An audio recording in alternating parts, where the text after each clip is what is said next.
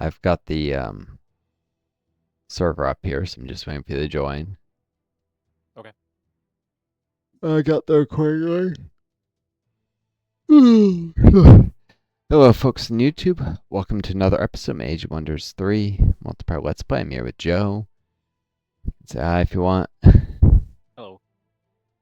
Um, this Joe's joined the session. Just there we go. And launching. So I'm somewhat tired, and I've had some nasty GI issues. I think they're long COVID associated, but it could just be I eat something bad um or too much fiber in my diet. Yeah. But embarrassing and uncomfortable stuff. Not stuff I probably want to talk about. Looks like it was my turn. Yeah, I was starting to work an army up towards some experienced irregulars, hero and a chariot, all making their way up to your city.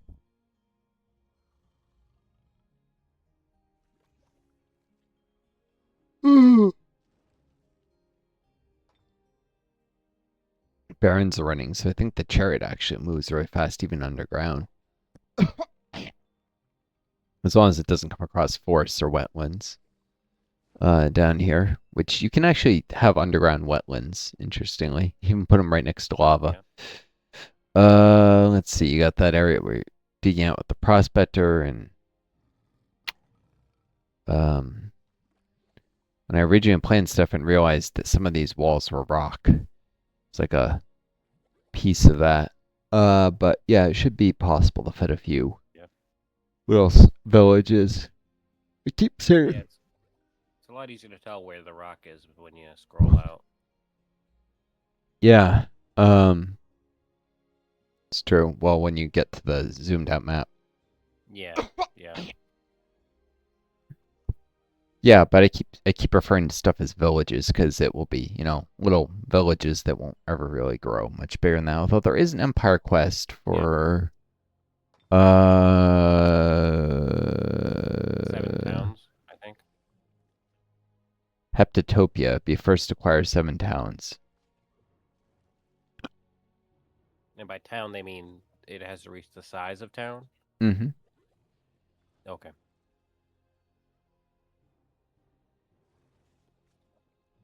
And then city with a lowercase c is any size city, right? I believe so. Why? Well, because things like multicultural, say, be the first player with cities of 5 different races. I assume you don't actually have to grow them all the way up to cities, right? It's capitalized in the second line, but it says cities you own, and it says I have two, even though none of them are actual cities. So yeah, it just got to be villages, even count Yeah. outposts. Okay. Because I have, well, it says of five cities of 5 different races, and I own uh a dwarven town. I mean, the only actual city I think is the halfling vassal. That's weird. Uh, Yeah, they really shouldn't be reusing the word city twice. Like it should either refer to the size or to the municipality itself. Instead, city can both refer to yeah, like a city in as in something you settle and a city as in the rank of city. yeah, They it probably is. should have come up with a different term to refer to one of those things. But oh well. it's it's tough. Remember, they got to do it in a bunch of different languages too, because Yeah. this game is translated into a number of languages.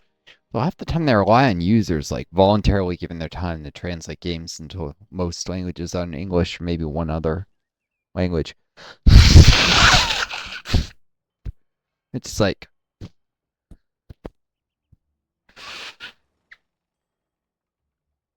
not like they give a discount What was that? To the, it's not like they give a discount, I don't think, to the users who do that. They just rely on people voluntarily giving their time to translate games into other languages a lot of time.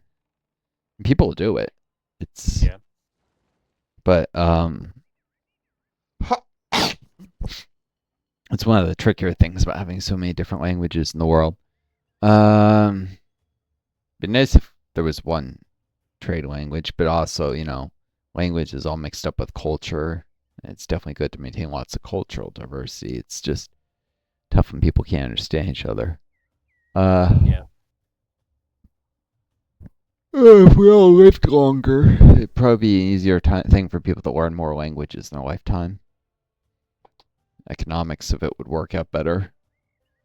Maybe have people spend more time in education and work that into early education when your brain's most able to learn languages. Yeah. Um, I don't know. Once upon a time when I was uh, a biologist and not thinking I wanted to be a physician, I was thinking I would try and get into anti-aging research to slow down aging just because there's so many things in the world that could be better, so many problems to be easier to deal with. People just lived, like, oh, I don't know, 140 years instead of 70. Yeah. It'd be easier to like people be able to get like PhDs and have the degrees and more time to pay for themselves and such. Governments be more willing to invest in their people. Uh, Intergenerational poverty could be easier to solve because like um, sometimes poor people may get ahead. Of course, it could actually make things worse too. I guess you could have ingrained privilege gets worse than ever. It's all dependent. It's just like technology. I was just watching a thing while I was laying down, waiting for you to be available about people setting up tar pits for these generative AIs, which are like websites that intentionally slow down the crawlers that are scraping Yeah. websites for data for these generative AIs, which are doing like what should be illegal even when people put things that say that this website may not. There's like a robot.txt thing, and they're just ignoring it. It's basically illegal theft of intellectual Yeah. properties. It's very hard to prove, and they're getting away with it because of course they get away with it. Anyways, so people can start thinking,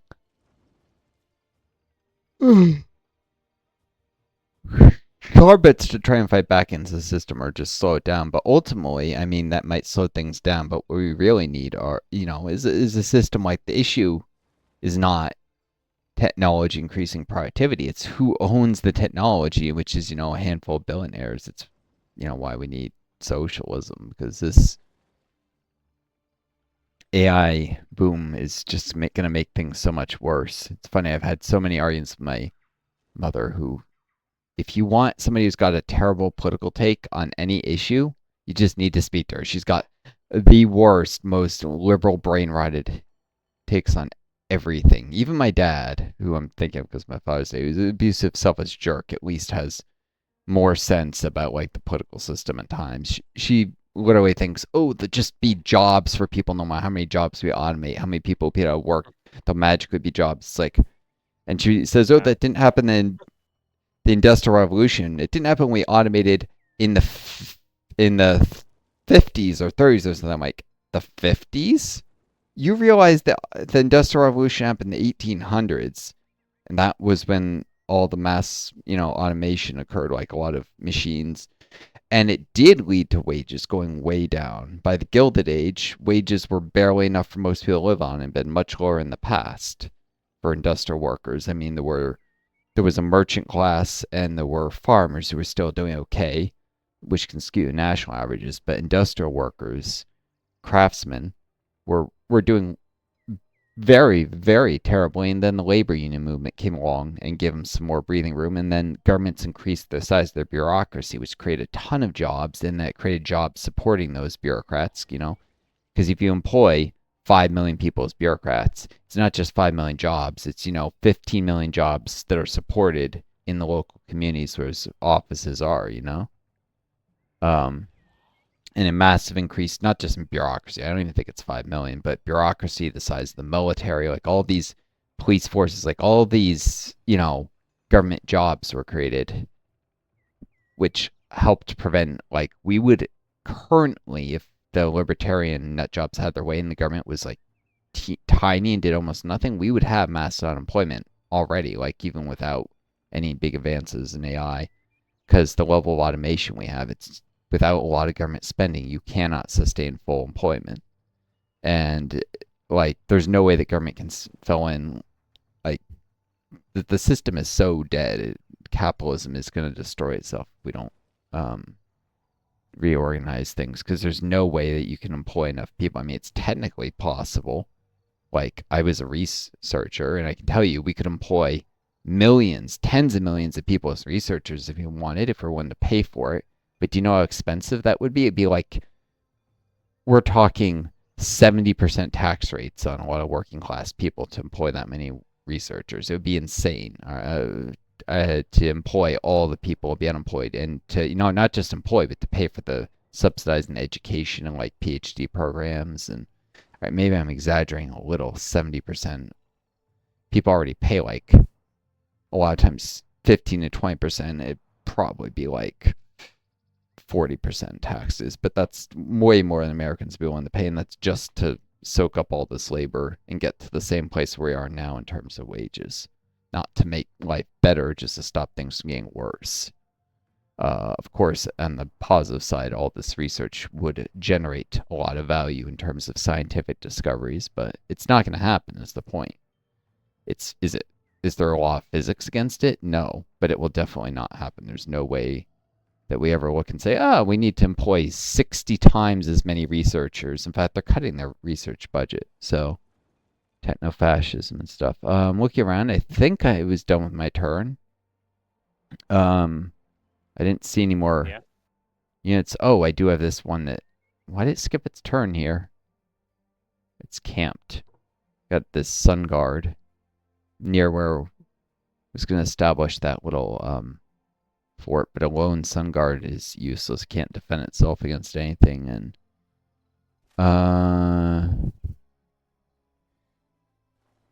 looks like I got a vulnerable fort. Well, not vulnerable, but if something comes out, something hostile pops up here, I'll regret not defending better. All right. So reinforced. The fort of. God, it's hard to. Racer. How much money? How much gold do you have? I think we're gonna do a. I've got I was none. I none, gave right? you the rest of it. What do you? How much do you make a turn? I'll make 158. And do you have any things there? Any cities that are about to complete their queues? Yeah. Heil Settler. That I rushed. Gonna finish. And I've got another settler queued up. So I'll want 250 for that.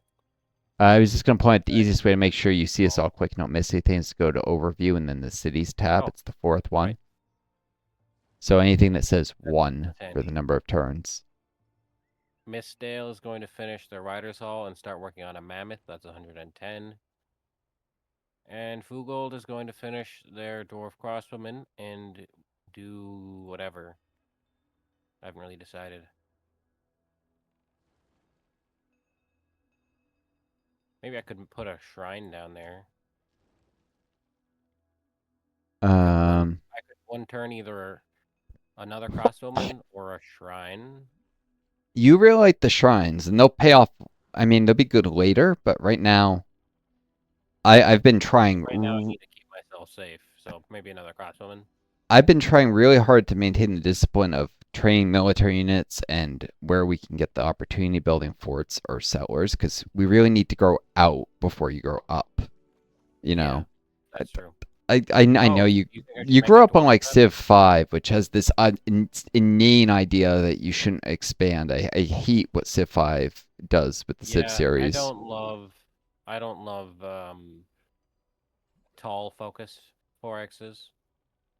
I which don't but really. but Yeah, you said you played a ton of Civ 5, and I I think did. It was my Seam first Civ. has that I wasn't I did. yeah. I mostly played uh the Vox Populi mod pack, the Uh, community balance patch, I I which don't. does help even out tall and wide a lot better. Uh, I've never played Civ 5, but my little brother did, and he got all these terrible ideas about Civ games. I'm like, play Civ Yeah. 4. He tried it. He played like 2 hours, and then I don't know. So, sorry, I'm projecting a little bit. Probably Yeah. less than habits he developed, but I see some of the same tendencies towards Yeah, I like Civ growing 6 tall, a lot more because, you can actually settle expand. most of your land. You don't just have four cities and then a bunch of empty land around you. Yeah, but even in Civ 6, you get heavily penalized. Like every industrial Somewhat. district you build is more expensive than the Yeah, last, that's and true. it That's something I still don't like. strongly encourages excessively tall builds. I mean, even in Civ 4, they had what could be crippling maintenance costs from going too wide, but you could grow a lot wider in Civ 4 than in Civ 6. I think, and now I think I've always preferred games that don't. There should always be some limiting factors, but you should be able to grow as wide as you want. There's never been an empire on Earth where like we conquered new land and we're actually bringing less net revenue than before. Maybe it's not worth the cost to Yeah, defend, but it should always growing should out always should more. what? Yeah, it should always be beneficial, at least in the short term. Yeah. Not necessarily beneficial if you have to defend and garrison the land, that's more Well, yeah, expensive, but that's it true. should always produce more You than it shouldn't be making is. less money, less science, less culture, or Yes. whatever field Yes, you it should always be. Maybe it's not worth the cost of like a garrison. Like if you ever played Rome yeah, Total War, you'd have to garrison cities to keep some outlying ones from rebelling, and sometimes those cities are bringing less money than the garrison costs. Fine, that makes sense. But yeah. you should never have a city that's somehow producing negative income, which never occurred in that game. That people got the illusion it did because it would divide up total army costs, and you'd have cities with very low income that would look like they were making negative, but they actually made money. It's just they made the way the game divided up the army costs made it look like they were running negative when they weren't. People got stupid Oh, ideas. huh. You saw some brain dead strategies for the barbarian invasion expansion, which is much harder, and then people started like abandoning cities. It's like, no, don't abandon the city. Let it revolt if you have to, and then reconquer it, but you want to hold on to cities. Even if you Yeah. anyways, Although part of it is that they would just want to slow down the snowballing aspect, because if it's always but that's literally human history, snowballing. Like well, yeah, the but no, there's been no world conquests, not in if real you life. yeah, well, if you want to slow, that's only because, well, of two things: increasing corruption, which like Civ 2 did very well, which the further you are from the capital, the relatively less stuff produces because a lot of it gets stolen with corruption. But Yeah. they outlying area, so they contribute very little, but outlying areas still contribute.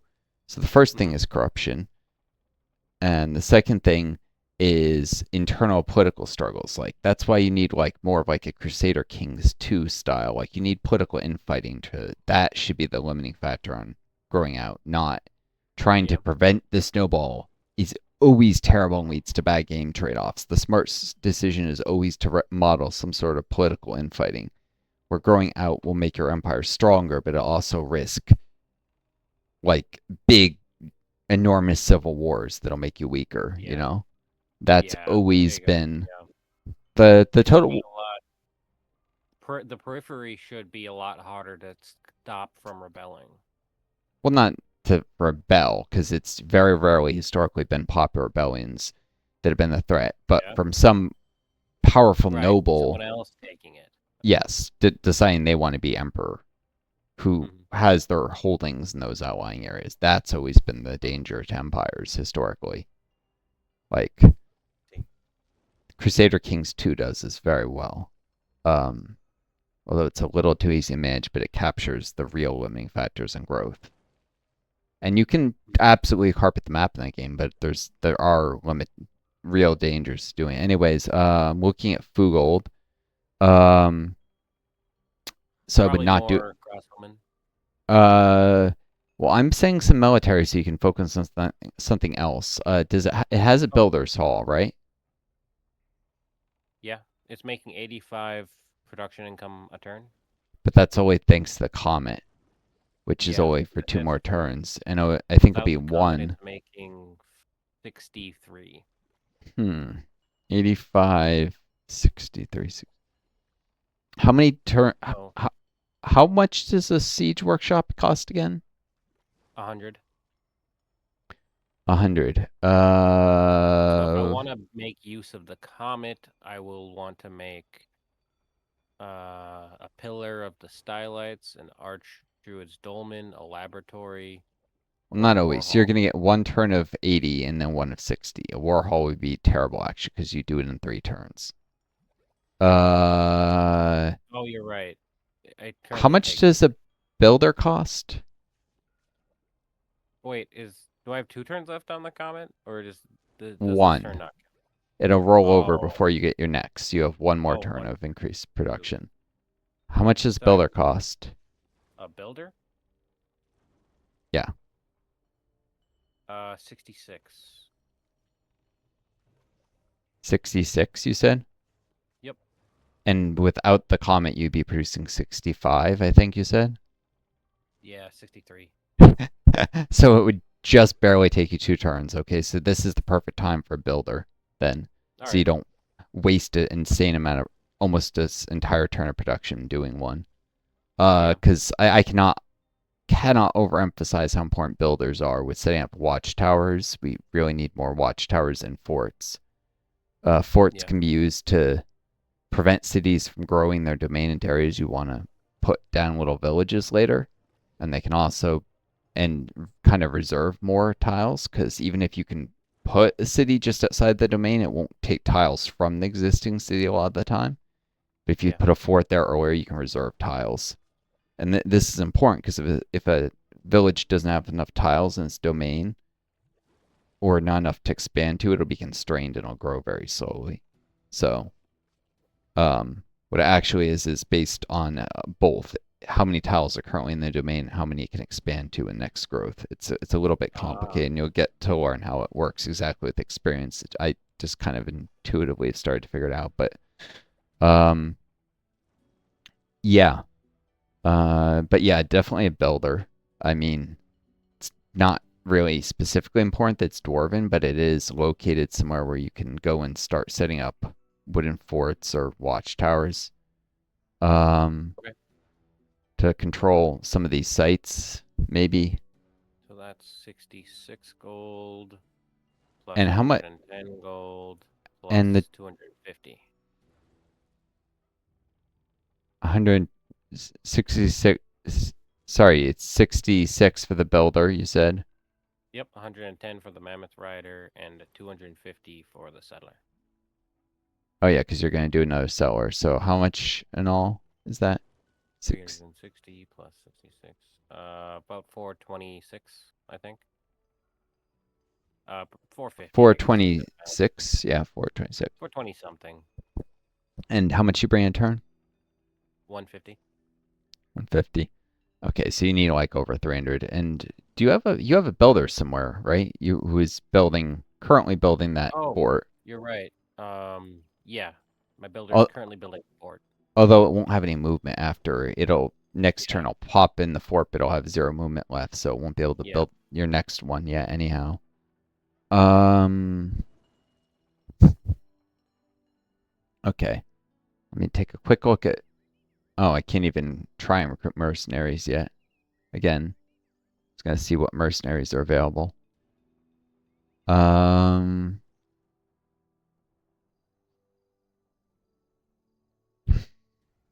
Alrighty then. Isn't there another inn somewhere? That's a trading post.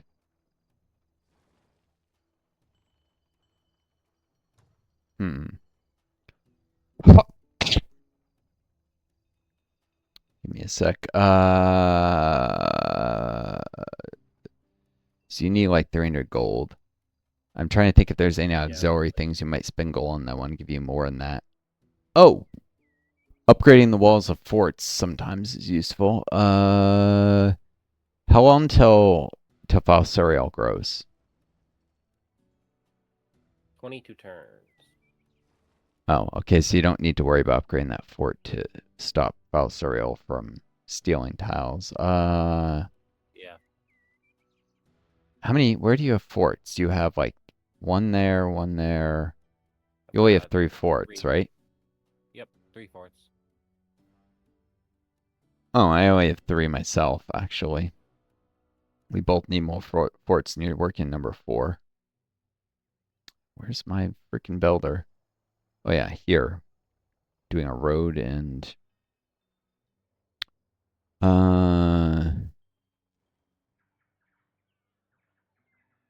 I guess I could set up a fort on the edge of the blight just for defense. Uh hmm.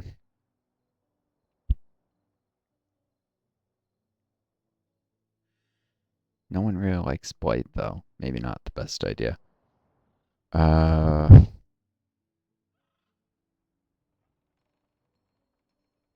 what is this? An inn trading post. 15. Alright, well you can give me money back later. I should just look if I want to upgrade existing fort instead of sitting here. If I want to request one of your forts, that was the other thing.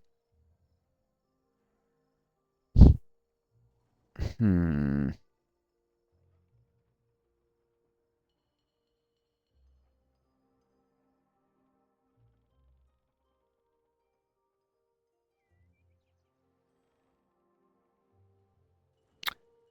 Oh, how are you doing with knowledge income? 125. 125, and you're working on.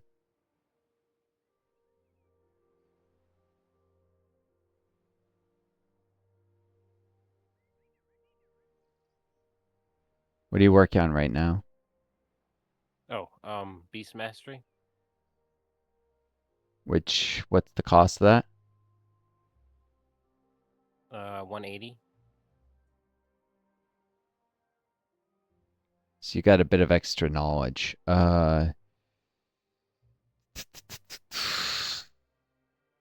don't know if I get the knowledge before or after. Shoot.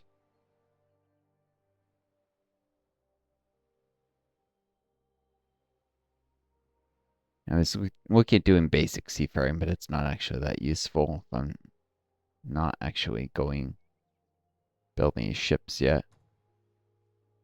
Can't build ships on lava.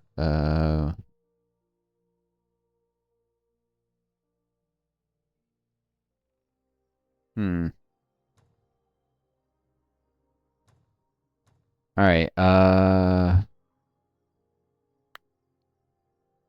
Actually switch to Teching Warfare 3 and hope that the knowledge doesn't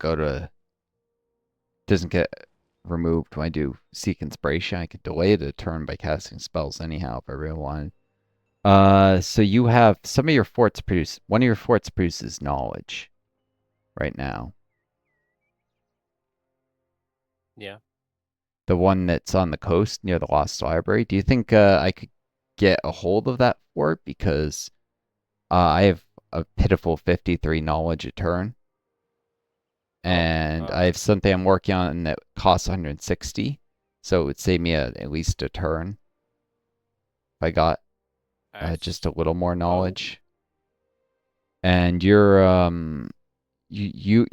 looks like you actually have a lot of knowledge, a little waste in your current tech. How many turns left on it? 2. I 2, just and started it. and how much it costs again? 180, so it won't make a difference. Yeah, so you have like 70 knowledge that'll just overflow, go to waste. So yeah, if I could grab the fort of Murmur, yeah, which is near the mermaids. That can't be a coincidence. That can't be a coincidence. All right. Well, I'm gonna request the Fort of Murmur and give you a bunch of gold. And if you got some mana, how much mana you have in store?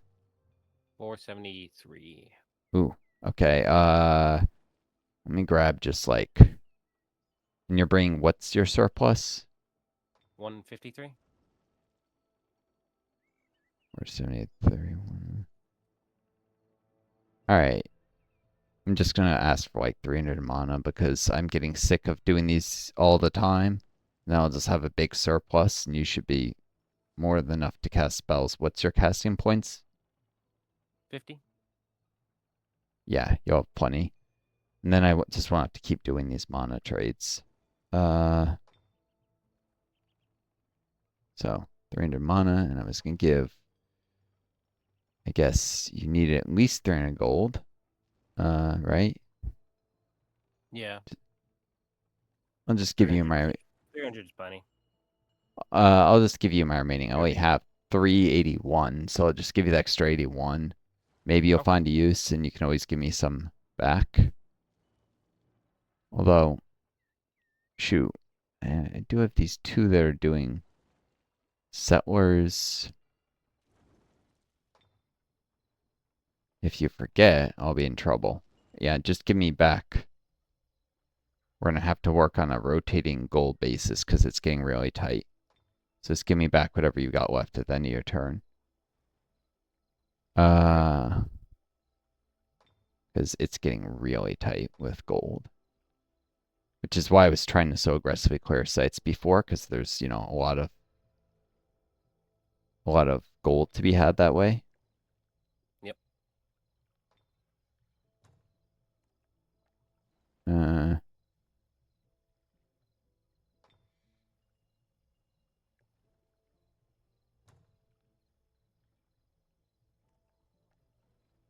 there we go.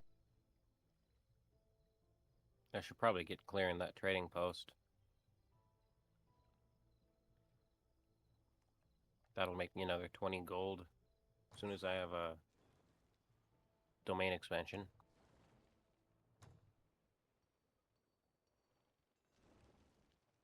Which train post? The one by Mistdale. Oh, It's got 3 orc priests, an orc impaler, and an orc spearman. oh, But they're all in yeah. Arctic. They're all in Arctic terrain and miserable. Actually, no, they're normal. Yeah, they're just normal. And Not even bad though a enough. mammoth is powerful, the orc priests all do fire damage, which mammoths are weak against. And the impaler Oh is yeah. a spearman. So yeah, Mm. you're gonna need to keep training units for a bit.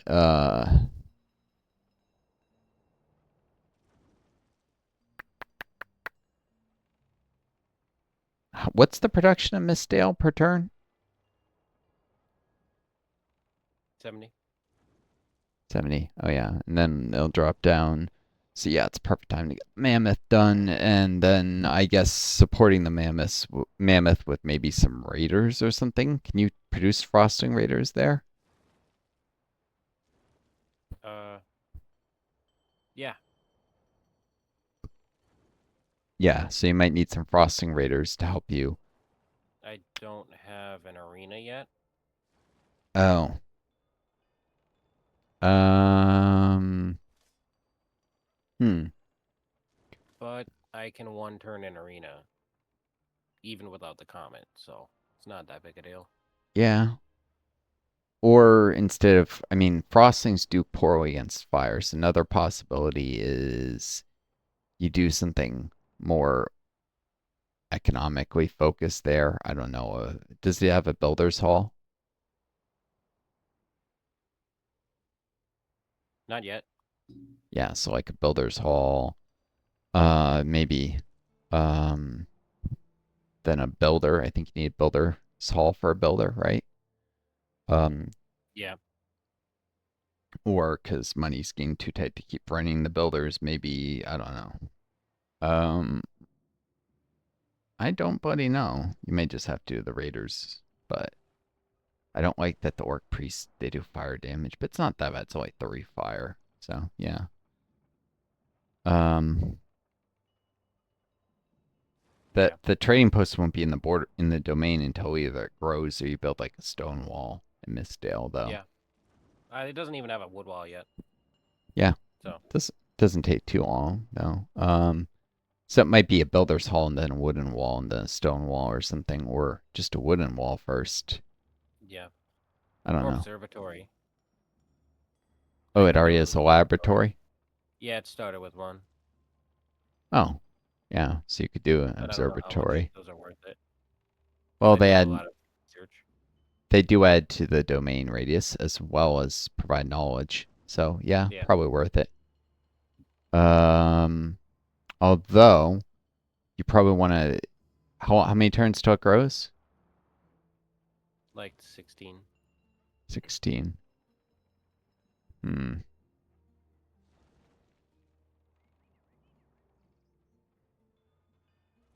Hmm. Yeah, you could still get the forts outside the borders before then. Um, you could nestle a fort right up against the borders of, or you could put one east of the crossroads. Um, let's see, the population is 7418, and a settler is 2,000 pops, right? Let's see.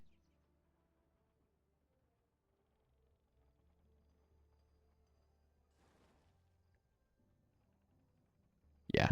So you could shrink Mistdale after the observatory if you needed to. But then you'd have to settle another frosting sea somewhere. Eh, nah. Probably better with frosting seas are more economic than Dwarven. So yeah, you might do another frosting sea on the coast. Uh, I don't know. We'll figure it out. Anyways, on the turn. I should have bloody saved in case the independence attack. Save now. Should I end You my fertile domain on Fugold? on your turn, on Fugel? That's the underground Yeah, Dwarven. Yeah, yeah. Okay. probably. Although there is somewhere I could use you. You the frosting outpost they just captured. I'm trying to. Is it growing? Not yet. Once I absorb it, it could use fertile domain, but not yet. But I'll be Yeah, building. I'll be putting Tyrants on two of my forts, like turning those forts into outposts very shortly. And actually, I'll probably build an outpost north of my capital while it's available with one, and then the other will go uh, to the gold mine creation node, say, I guess. So it doesn't get all the tiles stolen from it by Toongale. So yeah,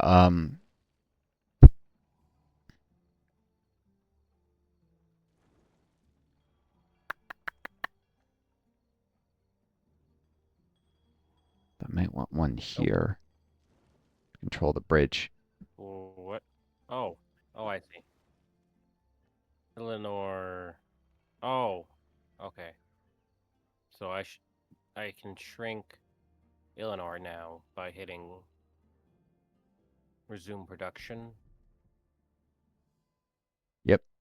You may have to accept my offer first to have the gold, but Yeah, I did that.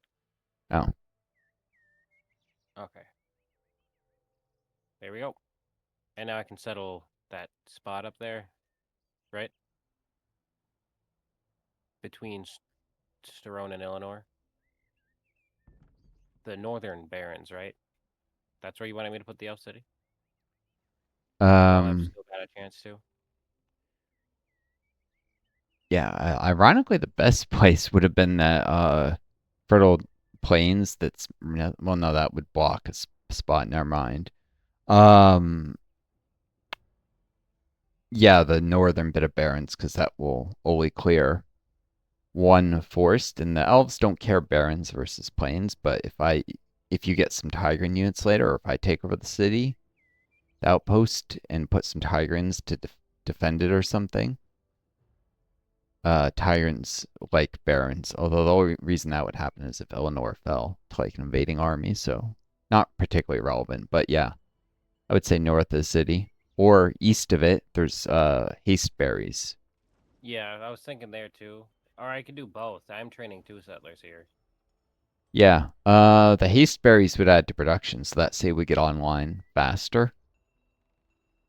Yeah, And I how many do only turns? have 1 turn until my capital grows and those barons get covered up. So if I'm Uh, settling there, I gotta do it now. isn't your capital working on a settler?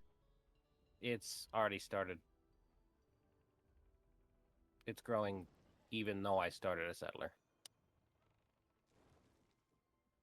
Oh, Like it's it's one more turn till it grows back, even though you start a settler. I back see. into a back into a max size city.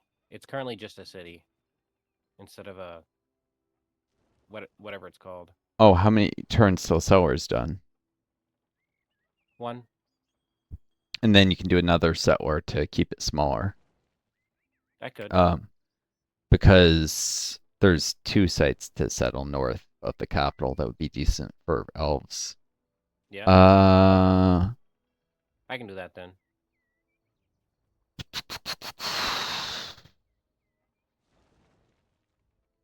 let me think. But yeah, it's only gonna stay small so long. Give me a sec to think. How long till Thassareal grows? 20 turns. Yeah. Oh, that's a while.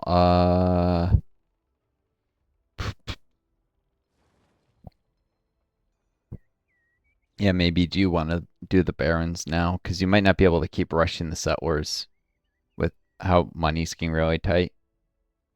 So yeah, I guess I would Yeah, just do the I barons mean I now. don't mind not settling a city there at all, but if if if, if I'm putting a city there, then now's my chance.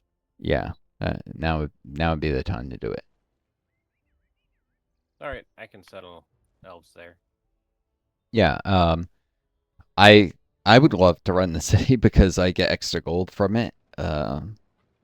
And I could give it to you as needed, but also I don't have any elves, and elves make excellent archers. Now I don't get any of the druid bonuses to longbowmen, but I do get mounted archers. So instead of the long strider bonus, I can get archers on horseback, which I think are actually even a little bit faster than your longbowmen. Oh no, 36, same speed.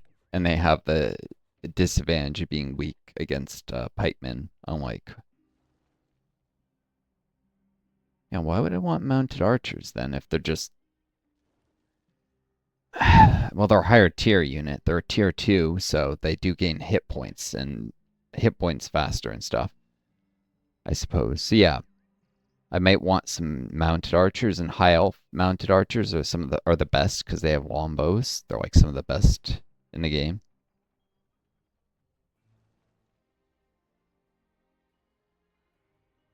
Joe?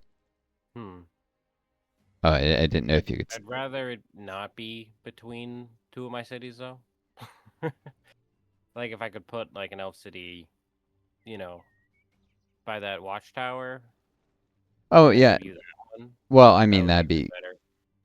the world. I mean it's kind of only a matter of doing just enough elf cities to fill in these spots to shrink the domains. Tyrant cities to be more productive, and um, elves make superb warriors. Like they're probably, I'd say they're the best warrior race in the game, but their cities are also the least productive in the game because they grow slower and they have no particular bonuses to output.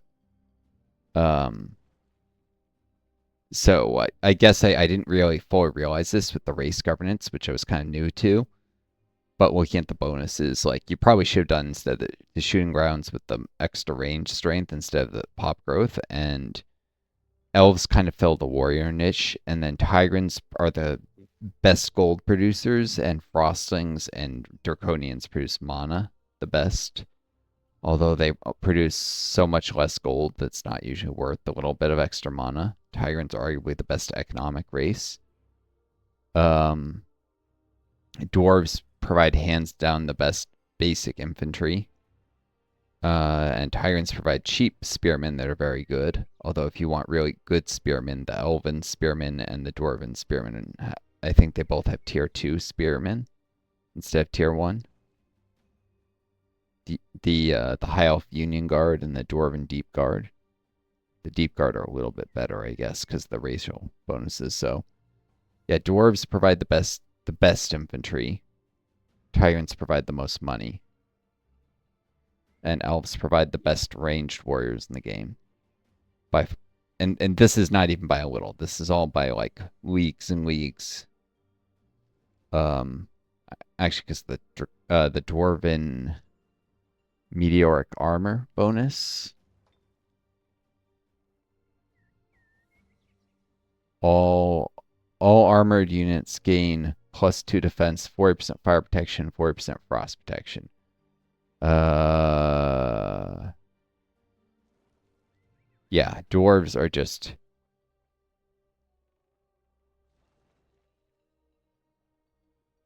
hands down the best, the best basic pikes and axemen in the entire game.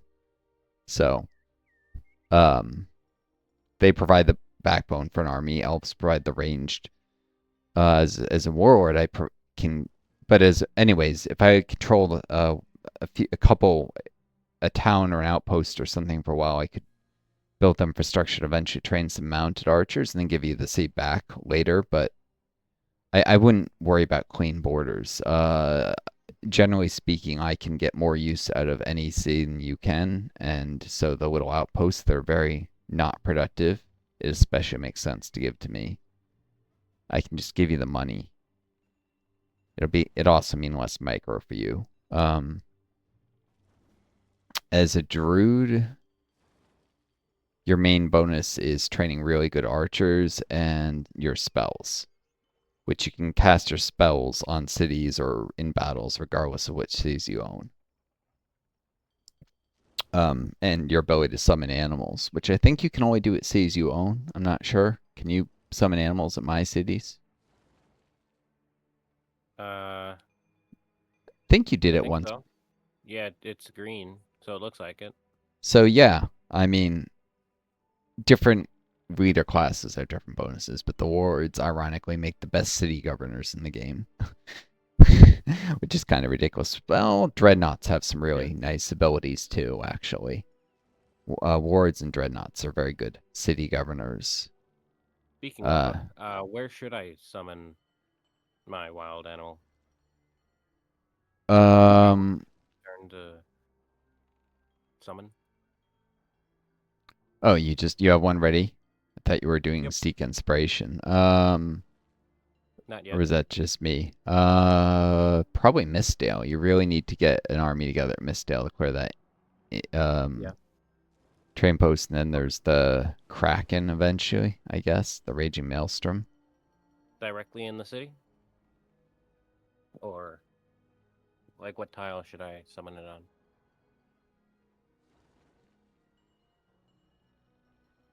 Last Shipwreck Sea Monsters and Explored adds. Hold on. I'm looking at the Raging Maelstrom actually. It says it's a treasure save, but it doesn't can say what it contains. Sorry, what were you saying? What tile should I summon it on? Um, I guess I would do it on the road as far north as you can.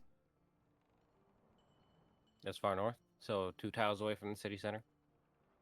If that's as far north as it lets you Yeah. go, because you're probably gonna want to poke your head out of the domain and see if there's any enemies about, and then go back to the city.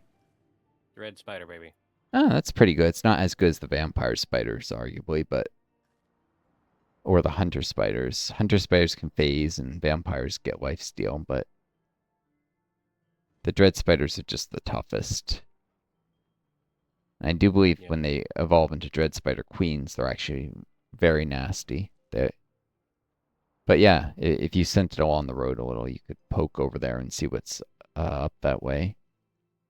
But if it's a spider, it likes caves.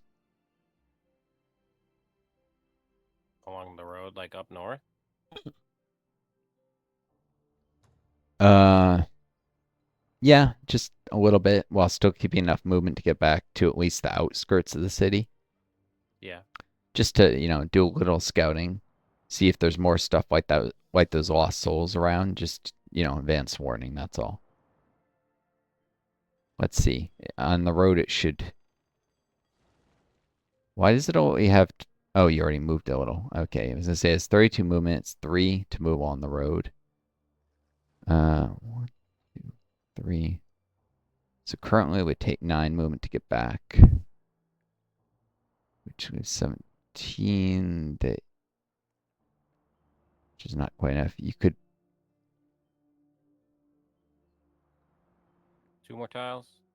one more, I think, because Oh, you're then. right. One more. Oh no, because you don't have to get back to sea. You can get that. So it's 1, 2, 3, 4, 5. But now if you went more, yeah, you can't go any further, or you won't be able to even get back to outskirts. Oh well. Well, nothing out here yet. But you never know. You could find scoundrels, lost souls, any number of things. There could be eldritch Yeah. beasts.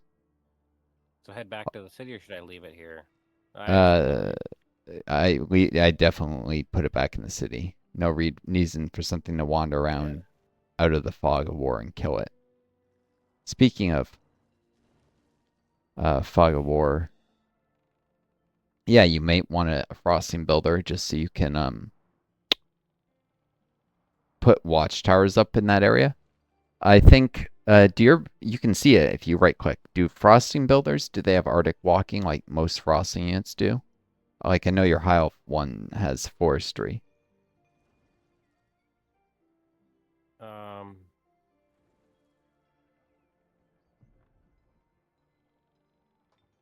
Let me check. Yeah, they have Arctic walking Okay, good. So yeah. and fast embark. Yeah. So yeah, a frosting builder could travel very quickly in the Arctic areas and set up some watchtowers. So after the mammoth and um, you know, you might be able to take the site if when your heroes come back, if you keep summoning wild animals, or Halfling if you have builders have lucky.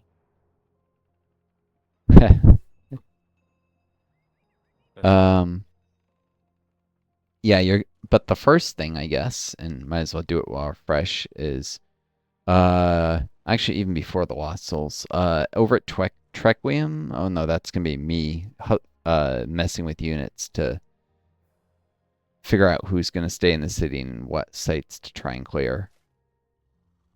Oh yeah, I can Um grab that. I can grab that chest in the water now. Uh, yeah, you still call your movement when you go into the water with a normal unit, though. So you should probably go down towards the bridge a little and then double back towards the shipwreck. Like, you might even be able to. Let's see. Oh, have I moved too much already? No, you're fine. You should be able to cross the bridge and then get to the shipwreck on the other side of the bridge. Like, go up, Yeah. walk on the river bank after crossing the bridge with the initiate, because it's only 3 movement. Yeah, 1, 2, 3. And I think you need 4 to embark, so that's perfect. I'm not sure if you need 4 to embark. You might actually have been able to. Nope. Need more. Oh, is it How much do 6 you to need to embark? embark?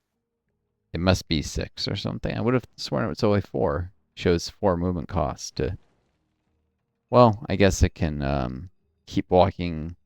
Maybe walk a tile west to see what's out there. Then there's something west. Oh, a monastash. You see that? Yep. Just uncovered a monastash by exploring that tile west. That's cool.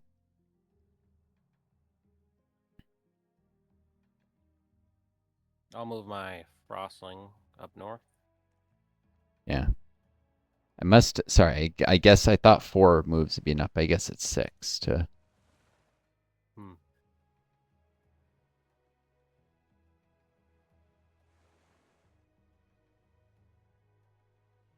Not seeing much up here. There's a cave entrance up here, actually, Oh, oh yeah. Huh. which means it's definitely possible to get up here.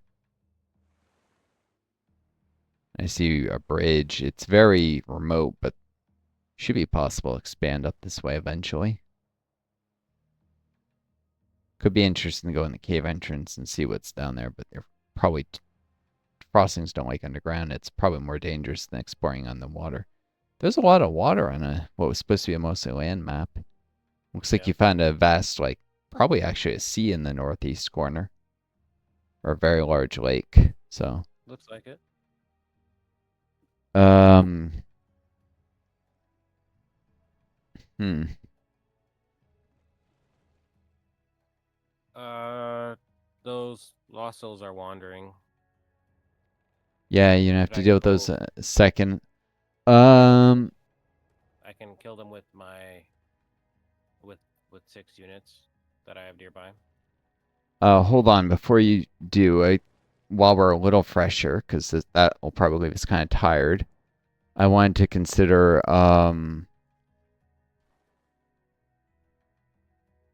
Oh, that's my frosting. Why do I have a frosting that's wandering? I was gonna send a tiger in that way too. Do you see the shrine to the Wizard King up there with the martyr, the initiates, and the evangelist? Yeah.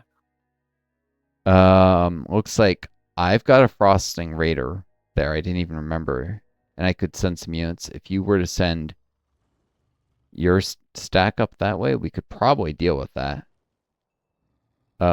Yeah. I can't Ranged use it this units. turn. Yeah, no, you'd have to start moving though now to get there later. Yeah. Excuse me.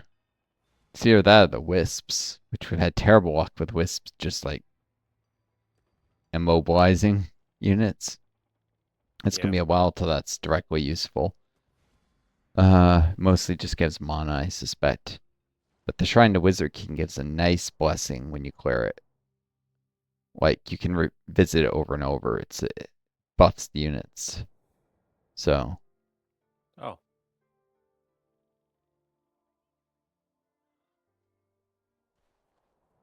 All right. I can head in that direction then. um, yeah. Your hero. I'm thinking though, your hero might want to head up to Fugold Yeah. because of Share the Bard. Let's see. I've got a hero coming. And you've got oh, you've got those. I'd rather not deprive my hero of the stack though, just because she's a bard. Yeah. Well, there's units. You got underground. You could have her. Um, I've got 2 heroes down there already, and not enough units for them both to have yeah. armies. Well, Um, just smaller ones, I suppose. There's a few. There's like 8 units. you could send. If you really want a unit up there, you could send Shane up to the surface. He's human, so he doesn't like it underground. Yeah, it's true. I could have Shira and Shane switch spots. Yeah, because tyrants don't mind underground. Your leader doesn't like it there either, but she's even further away. Um, Yeah, but yeah, I no, can do that. Archons are tough, so I would. Well, all right. If you wanna use the leader to help in the fight, I was just gonna say the Archons are tough, and heroes can really make a big difference in battles against Oh, them. I see. But And yeah, I if you this stack's all elves, so they're not very helpful down there. yeah, no, I would suggest leaving the elves to help defend Trequiem because it allowed me to send more Tiger units there. In fact, I already split off some Tiger units anticipating you do that. Yeah. But um, I did leave a sizable number of forces already. Let's see. 3 irregulars and infantry, 4 spearmen, uh, a tiger, and a yeah. So I don't. So we could definitely split off some forces to go clear the Shrine of the Wizard King. I figured by leaving a slightly larger and minimum size stack, could rotate out units to grab the Flowers of Solace and other buffs.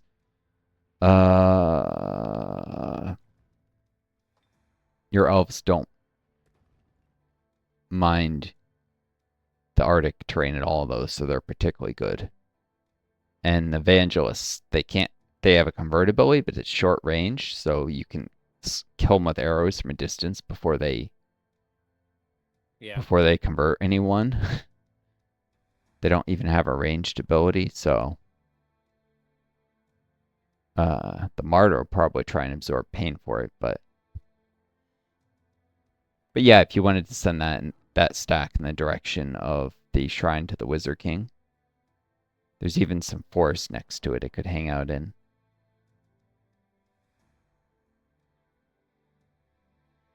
Okay.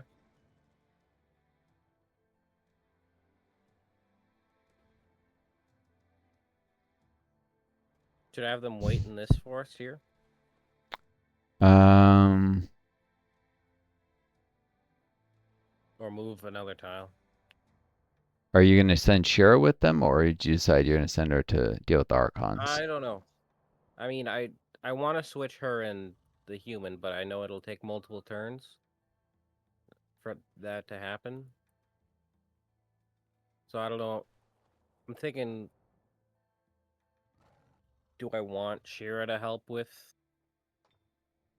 this shrine or no? Wouldn't Could she hurt, be? and she'll Oh, she'll get more one in battle. She'll get a morale bonus from winning in battle, and then she can head. I yeah. mean, the Archons, I don't know how often they Mm, spawn. It's a slight risk, but I've already got a Dreadnought on the way, and you've got that stack underground. So yeah, you could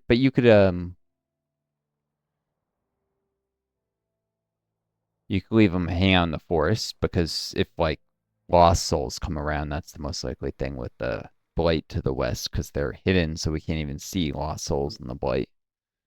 Although that Yeah, mostly because it's if just she's around the going down Archon there to help city. clear the Archon graves, that would be What? helpful. If she's going down there to clear the graveyard, that would be handy. So, More to hmm. give the city a little breathing room so it can do other stuff like the builder. Um, I mean the graveyard is a great source of experience. So, um, Yeah, but I don't want to be getting besieged by titans constantly. oh yeah, no, probably after the Plus, next this stack. graveyard is actually hurting my Yeah, happiness in the city, unlike the other one for some yeah. reason. Perhaps after the next stack could Mm. clear it, but it like I said, it's a good source of XP. And one of the Empire quests is from being the first to get a level 15 hero.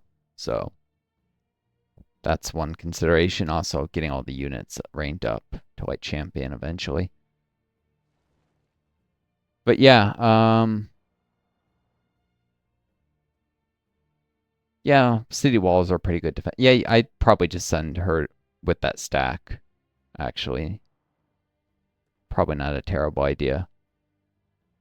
Um, but they don't need to Okay. stay in the forest if she goes. They can end the turn on the fertile plains because it's a little closer to where we're going, and this is actually She not a doesn't have the large. movement to get there anyway.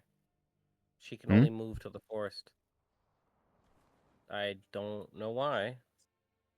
Oh, they can't move onto the Arctic fertile plains. Oh wait, she doesn't have forestry, so she's slower than them. Oh, That makes she sense. she can only get to where they are. Yeah, she can only get to where they are. All right, well, um, So they might as well just all stick together. Well, you could send her there and have them move one tile further, and if they get attacked, they'll reinforce each other anyways. And lose their morale.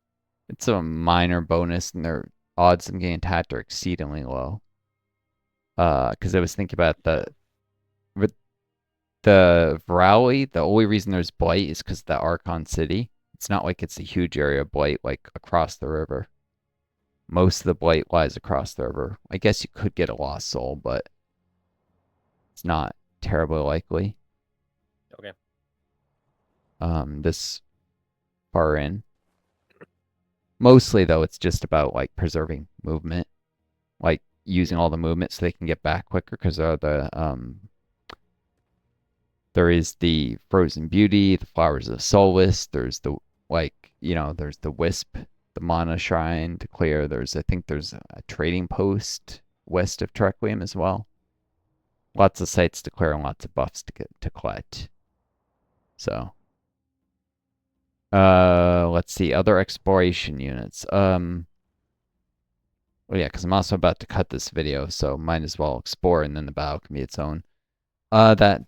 That shock serpent, Shock the serpent? ghoul, yeah, the ghoul, baby shock serpent. Yeah.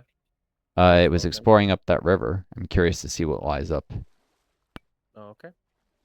I always find it intriguing when you find an underground river, and unlike lava rivers, you can actually swim up them. Yeah. There are units that can walk on lava, but they're pretty rare.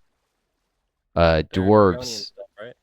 No, actually, the only only ones I know of for sure are the Dwarven Tier 3 unit, and their Tier 2 support units get a racial governance bonus, I think, that allows them to walk on lava at a certain point. Let's see.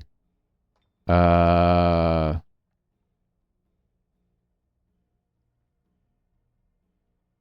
nope, it's not a racial governance bonus. Maybe not. Maybe it was a rank-based ability. I think Hmm. eventually Dwarven support units gain the ability to walk on lava, and I know that the Firstborn can do it as well. Could have sworn that was a draconian unit. Flyers can obviously fly over lava. Yeah. The Draconian flyers can do it. I'm not aware of any Draconian units that can just walk on it, though. Hmm. Their tier 3 units are flyers, which are, obviously able to. But yeah, flying units, floating units, and a couple They dwarf like units. lava.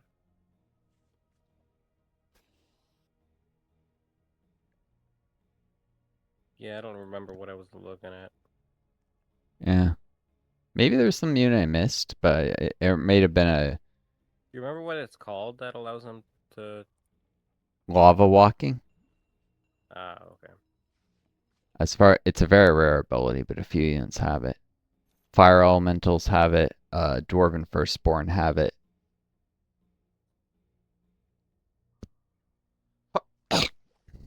Hmm. As I said, any flying unit can just fly over the lava. Flyers are a lot more common than lava walking.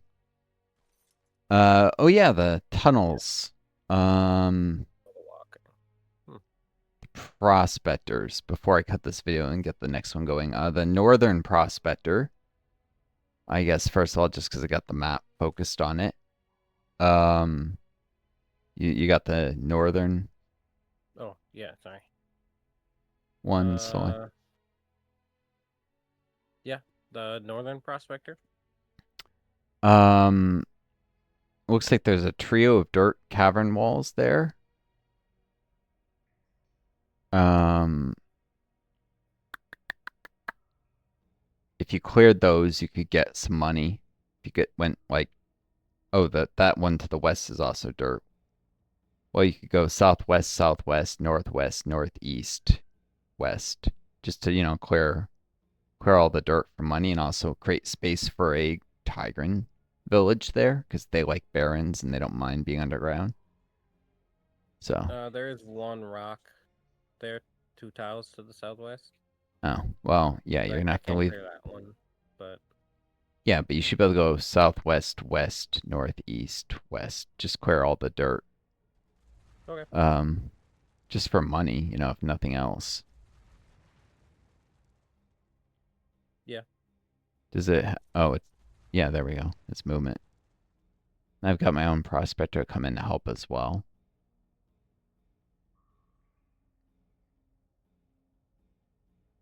Yep, money is money after all.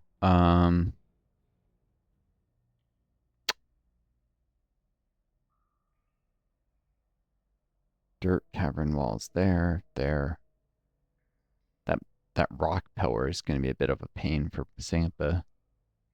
Oh well. Um. I'm making more gold because of those gold mines. Huh? I just got another 20 gold per turn from Oh, that cause. fort. Oh yeah. Nice. Um. Yeah, and that fort is situated such. Sorry. That fort is situated such you can fit a Tigran village up to northwest, two Elven cities north of your capital, and a Frostling one to the south, somewhere in the Arctic, another one on the coast, and a Tigran one nestled up against Valsuriel on the Barrens. Yeah. Lots of little villages. Does barrens get cleared by cities too? No, Barrens and fertile plains and wetlands all stay as is. Only forests get cleared. Okay. That's weird. Tiny bit. Teeny tiny bit. Okay. But yeah. But yeah, the Southern Prospector. Um, let's see. There's a bit of rock wall. You probably want to leave a little dirt to the south so that it can funnel units that don't have tunneling. Let's see. Probably city. Probably a Tyrant one at the entrance because there's not that much dirt. So if you see the Southern Prospector, Yeah. if it dug southwest a couple tiles, should be fine that it's wide in that part because the outposts would probably Like go. southwest. Okay. Yep. Um, and then east because one southwest where it currently is probably where a fort will go, just to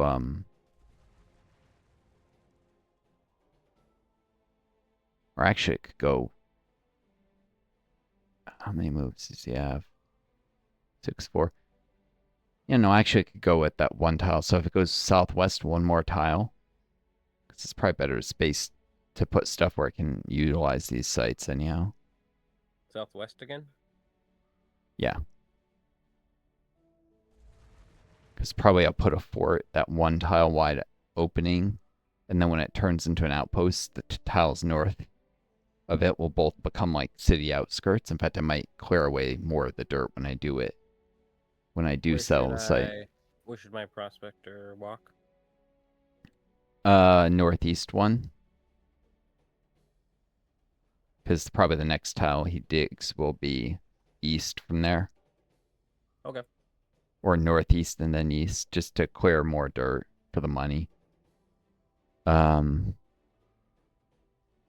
yeah, I've rethought the underground strategy after more consideration. Generally, dwarves against rock walls, but the dirt is probably just more worthwhile as money. And then Tyrant cities can go in there, large open areas that don't have a lot of rock wall, whereas dwarven cities can go up against the rock walls. Because Yeah. some dwarves would be needed for troop training, even though their cities are less productive. Oh, Uh, I have 46 casting points still.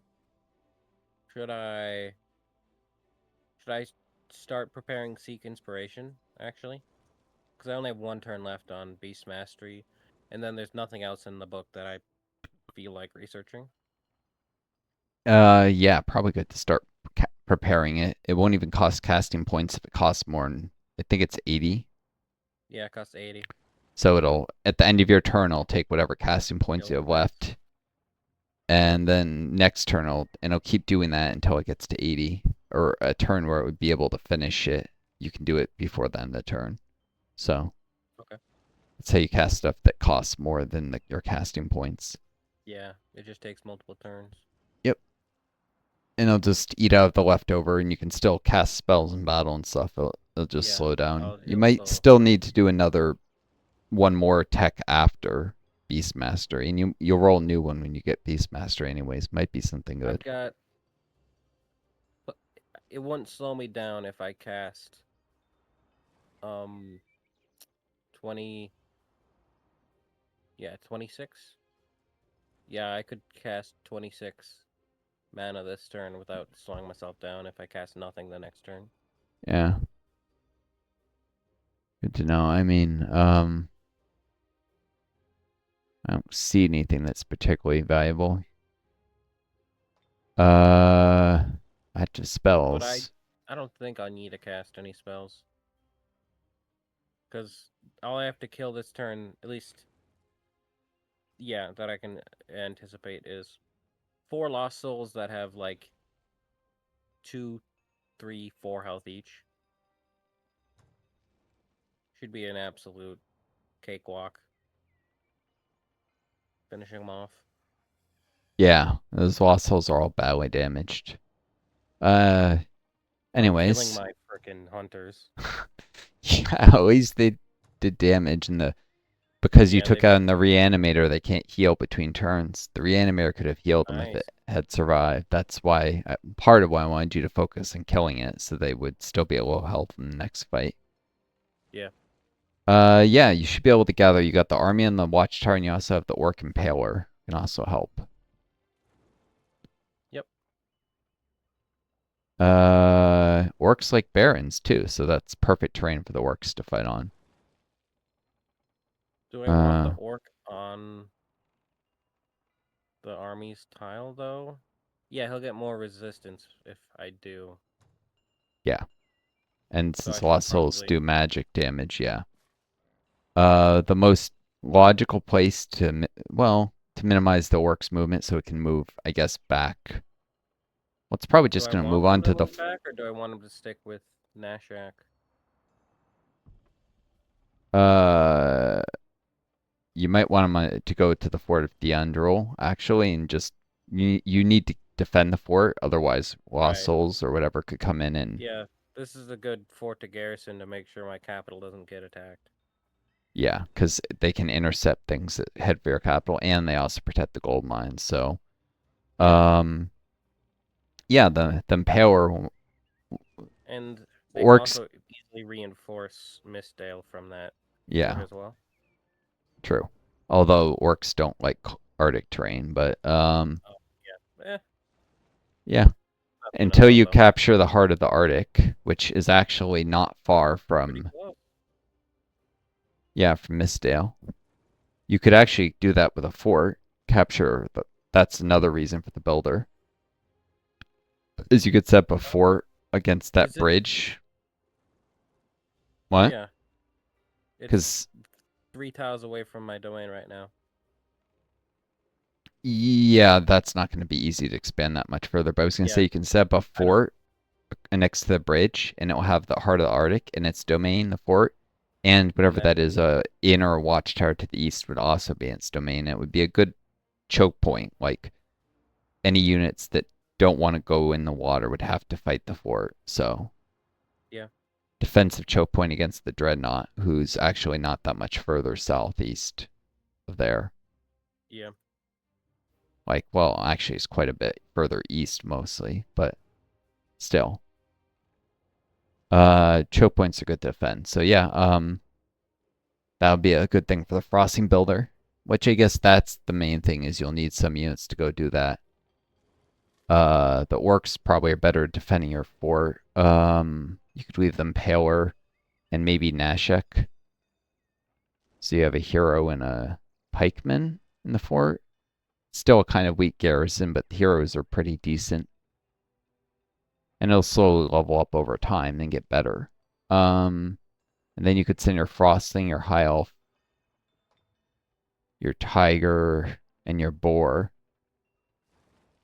your wizard, your animals, and your hunter, and they could all go to Mistdale, and then you could gather an army to try and guard a builder as it goes to capture the heart of the Arctic. Which I think you have. I Yeah. think you have to clear an army, a pretty powerful one from the heart of the Arctic. So Oh, you, probably. you might have to deal with the inn first and level up, Yeah.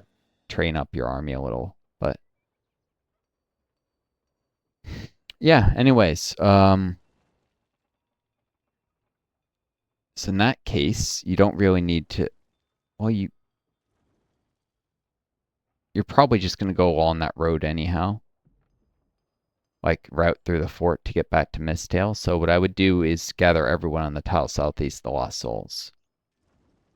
Uh, no, Okay. because one, two,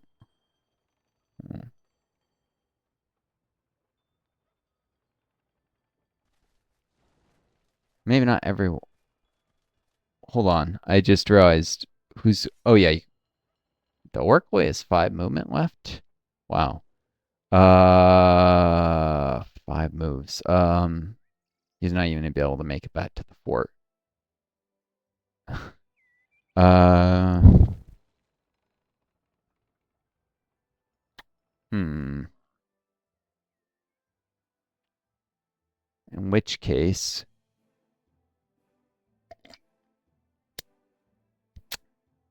um,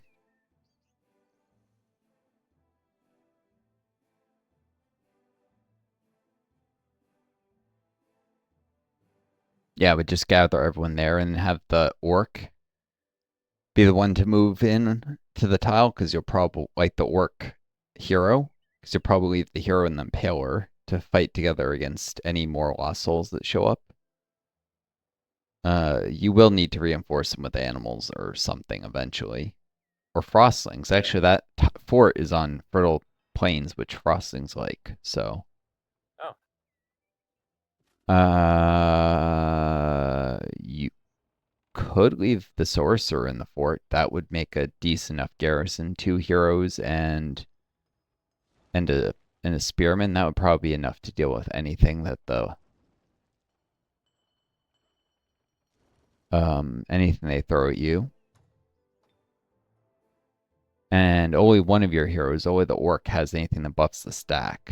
So it's not like you need to give your own stack. The sorcerer own stack. Sorcerers uh, cast some really powerful spells, so if she can focus on spells instead of buffing stacks, she'll still do all right. Yeah. Yeah, so I might leave. Just send the hunter and the animals to Mistdale. Um, shoot, no, you might want the orc to buff the whole army at Mistdale, wouldn't you? Oh, change of advice. I'm talking also an hour and 22, so I'm gonna cut this YouTube video. I'll see you folks in the next video. I wish you all the best. Take care of each other. Be kind to yourselves, and may you always find a guiding star to lead you home.